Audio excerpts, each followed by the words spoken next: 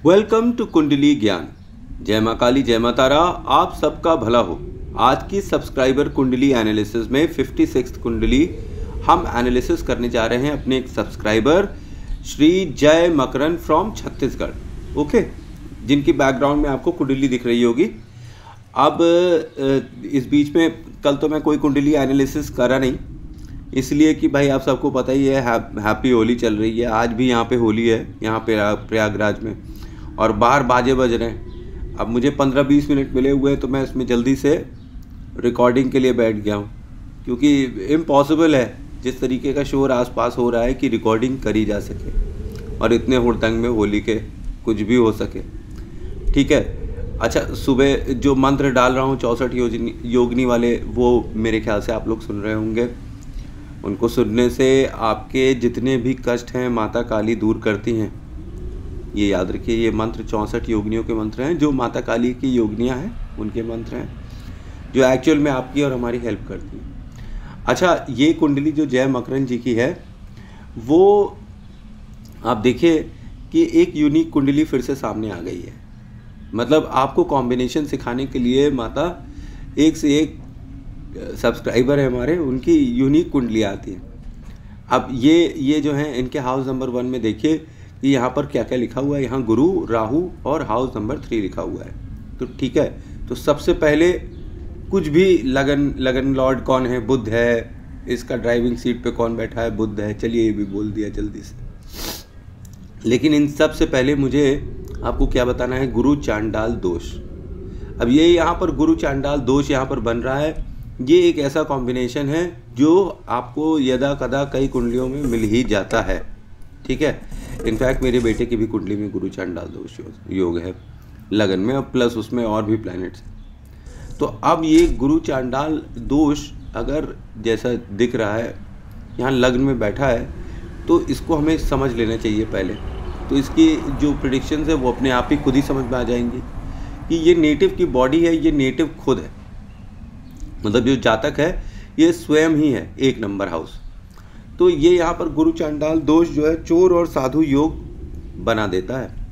ये यहाँ पे चोट्टा साधु होता है, reminds me of the 12th house.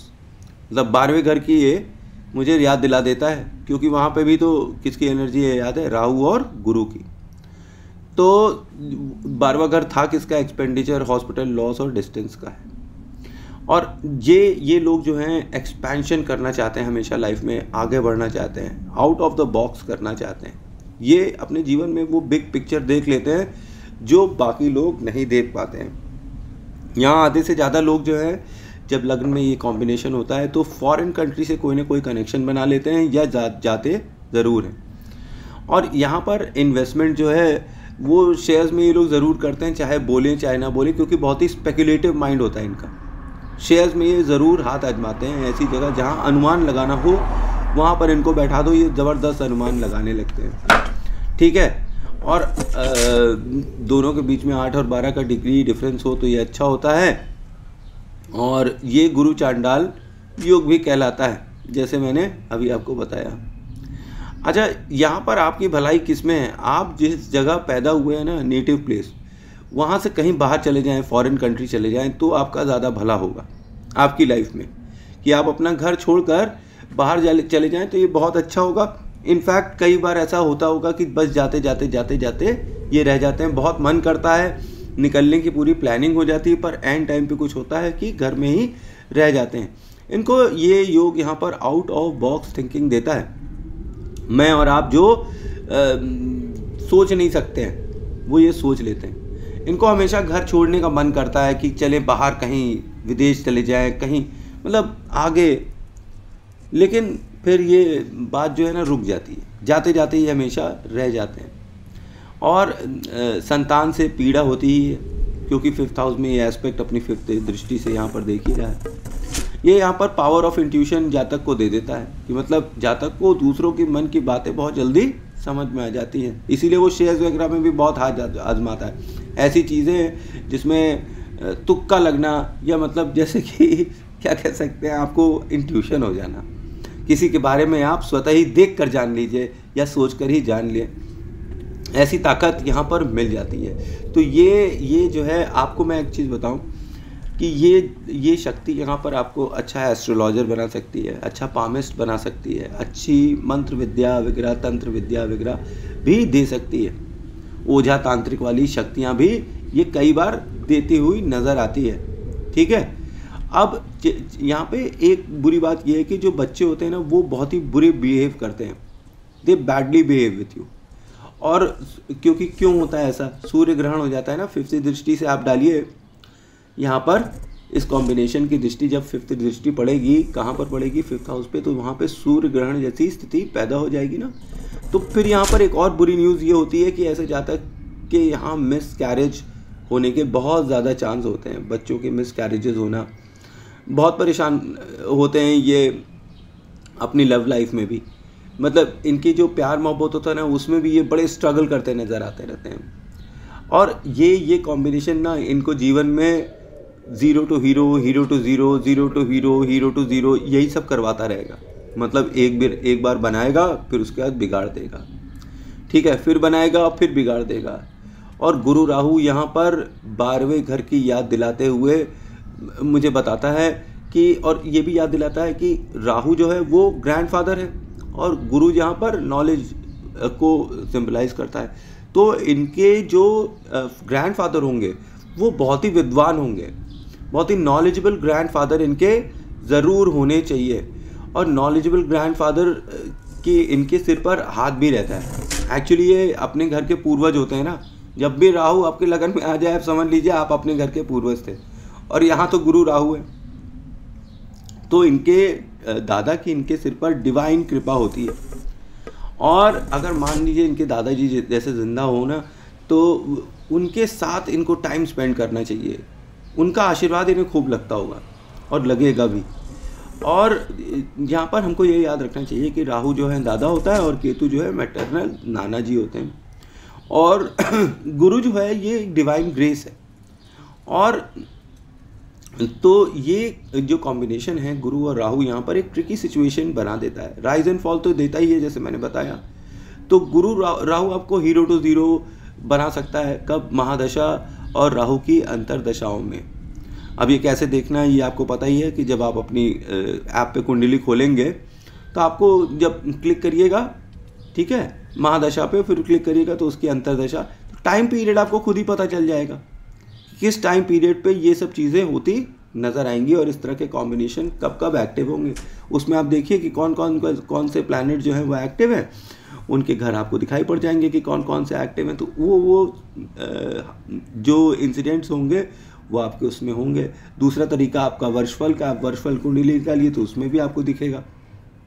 ठीक है, अच्छा, यहाँ पर ये जो कॉम्बिनेशन है, आप एक बात समझिए कि व्यक्ति जो है राहु की अंतरदशा महादशा में अगर कुछ गड़बड़ कर जाए तो बर्बाद भी हो जाता है, ऐसा बोला गया है। और भाई ऐसा होना भी चाहिए, ठीक है, क्योंकि ये खतरनाक कॉम्बिनेशन है। एक तरफ आपको बहुत ही मटीरियलिस्टिक और लस्टी बना देता है, आगे भिजवाता है, दूसरी तरफ ये आपको ड्रॉबैक्स भी दे देता है। तो इसीलिए कहा गया है कि इनकी महादशा और अंतरदशा में जो है ये एक बहुत ही बुरा परिणाम दे सकते हैं। अच्छा, फिर आगे हम चलते हैं कि यहाँ पर जो भी आपको परिणाम लेना है ना वो आप शनि को देख के लीजिए। ठीक है, कि अगर आपका शनि पीड़ित होगा कुंडली में तो ये कॉम्बिनेशन आपको अच्छे परिणाम नहीं देगा। अब आप शनि की पोजीशन देखिए कुंडली के अंदर, तो ये अब ये 12th हाउस में। अब आप मुझे बताइए कि 12th हाउस का शनि आपको क्या देगा। भाई मैं इतना भौचक्का हो जाता हूँ ये कॉम्बिनेशंस देख के। ये जो है जातक को तंत्र मंत्र की तरफ धक्का देता है 12th हाउस का शनि। तब आप समझिए कि शनि क्या पोजीशन में है। इसका मतलब इनका दिमाग जो है ये बहुत ही तंत्र मंत्र, जादू टोना टोटका, ओम फट स्वाहा जैसी चीज़ों में बहुत लगेगा। दूसरी चीज़, ये डीप रिसर्च में जाते हुए नज़र आएंगे। ठीक है, तो यहाँ पर ये बात आप एक समझ लीजिए कि क्या बोलूँ मैं, कि ज़्यादा दिमाग भाई मत लगाइए इतना। अभी आपकी जैसे उम्र छोटी है, अपनी पूरी लाइफ कायदे से जी लीजिए। फिर ये ज़्यादा रिलीजियस होना अच्छा भी लगता है। कम उम्र में ज़्यादा रिलीजियस हो जाने से आपका जो कर्म है, जो शादी का कर्म है, जो आपका एक और कर्म है जिसको आपको यहाँ भोगना है, फिर आप उसको स्किप कर देते हैं, फिर वही परेशानी आपको दिखाई पड़ने लगती है कि फिर उसके लिए फिर से आपको जन्म लेना ही पड़ेगा। अब यहाँ पर गुरु और राहु जो होता है ये हैंगओवर पीरियड को भी बताता है, मतलब ये जातक को नशेड़ी भी बना देता है। ये बार बार उससे क्या कहलवाता है, अरे गलती हो गई जी, गलती हो गई जी। और ये यहाँ पर जातक को इम्पॉसिबल टारगेट्स दिलवाता है। विचार का इतना एक्सपेंशन होता है कि आप सोच नहीं सकते कि ये एक ऐसी ऐसी जगहों से, ऐसी चीज़ों से पैसा कमा सकते हैं जो कोई भी नहीं कमा सकता है। और इनकी एक टिपिकल लाइन होती है, कोई भी काम करेंगे जल्दी से ये सॉरी बोल देते हैं, बहुत तेज़ होते हैं ताकि इनके ऊपर ज़्यादा कोड़े ना पड़े। अगर जैसे कि क्लास के अंदर 6 सब्जेक्ट है, 6 सब्जेक्ट में 30 में से इनको एक सब्जेक्ट में 28 मिला है और बाकी में 15 डाउन मिला है, तो इतने चालाक होते हैं कि सबसे पहले ऊपर 28 वाला रख देते हैं ताकि कोई इनको कुछ बोले नहीं, कहे आहा क्या अच्छा एक नंबर लेकर आया है मेरा बेटा। जरा बगल में देखो तो पीछे देखो तो फिर से वही सारी दिक्कत है कि नंबर पीछे वाले खराब है पर आगे वाला दिखा के पहले ही शाबाशी ले लेते हैं। तो ये शाबाशी लेने में बड़े उस्ताद होते हैं, ये मैं जानता हूँ कि ये शाबाशी लेने में ज़बरदस्त उस्ताद होते हैं। अब 2, 6, 10, 11 में ये जो है अच्छे दिखाई पड़ते हैं।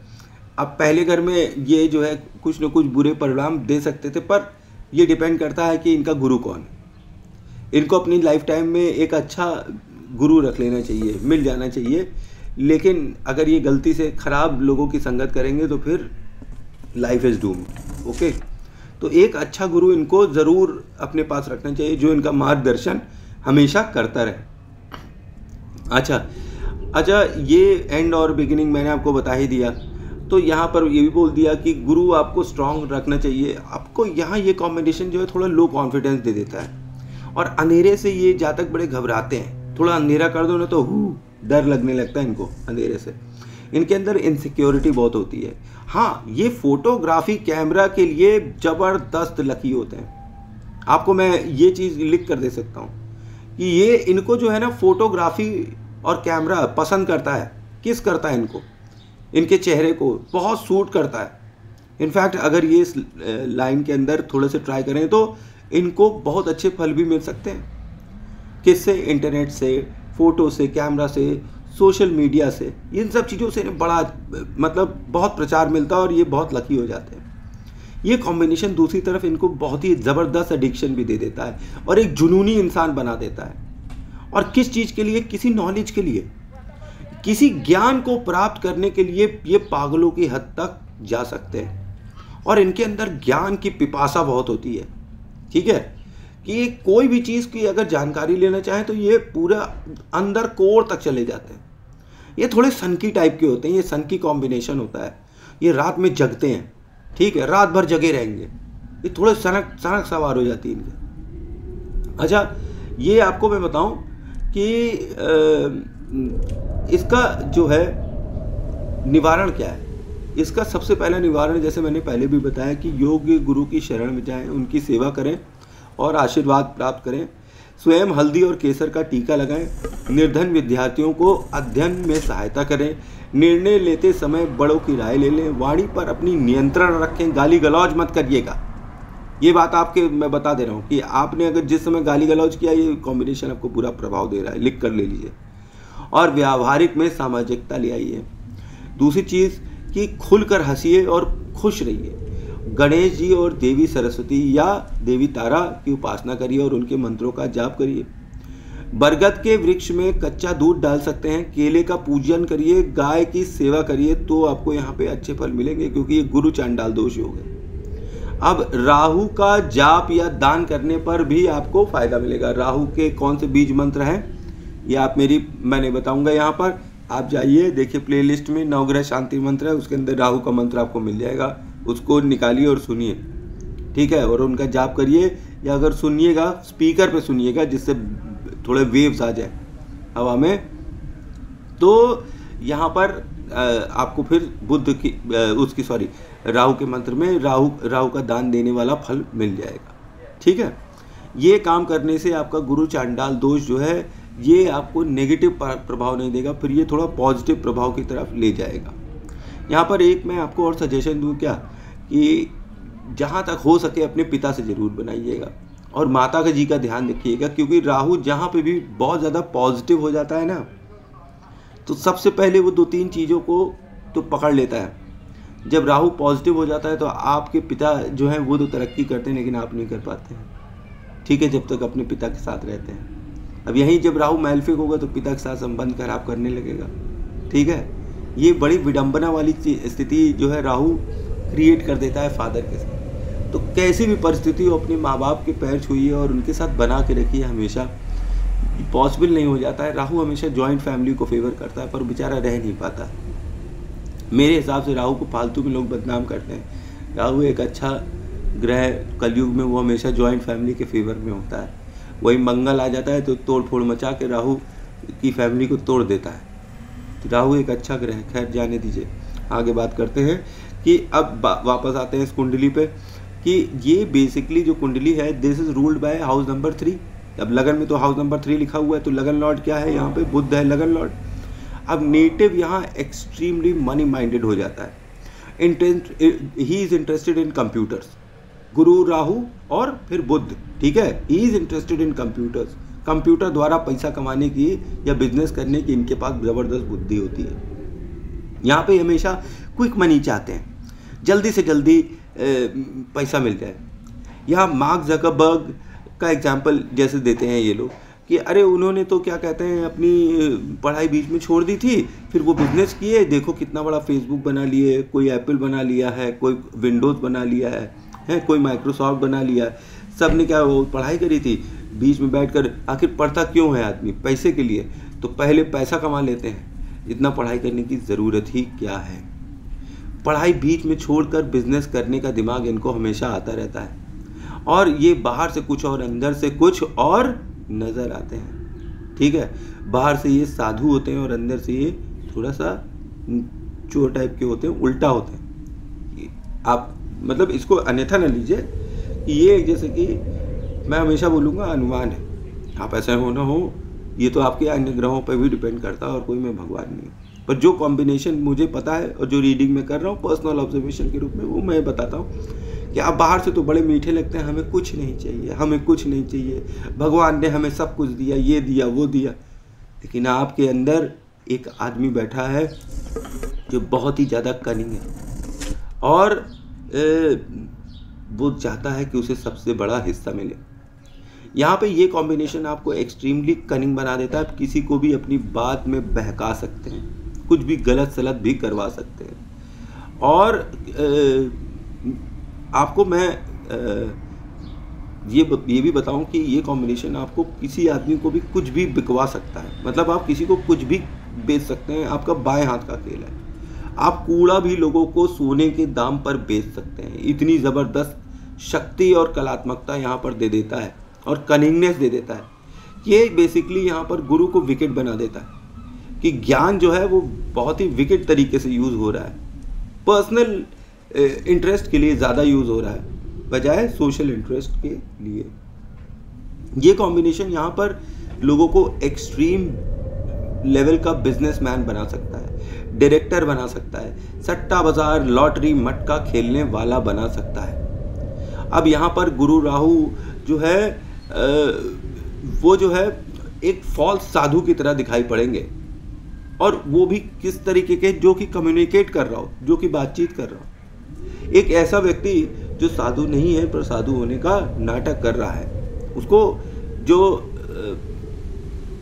ज्ञान है और जो वो दूसरों को वो ज्ञान बांट रहा है, ये कहकर कि वो ज्ञान उसका है, ये उसका नहीं, वो किसी और का है जिससे उसने चालाकी से ज्ञान लिया हो। तो बेसिकली ये जो नेटिव होता है वो बहुत ज़बरदस्त क्लेवर होता है। देखने में ये बड़ा भोला लग सकता है, पर ये एक्चुअली भोला होता नहीं था।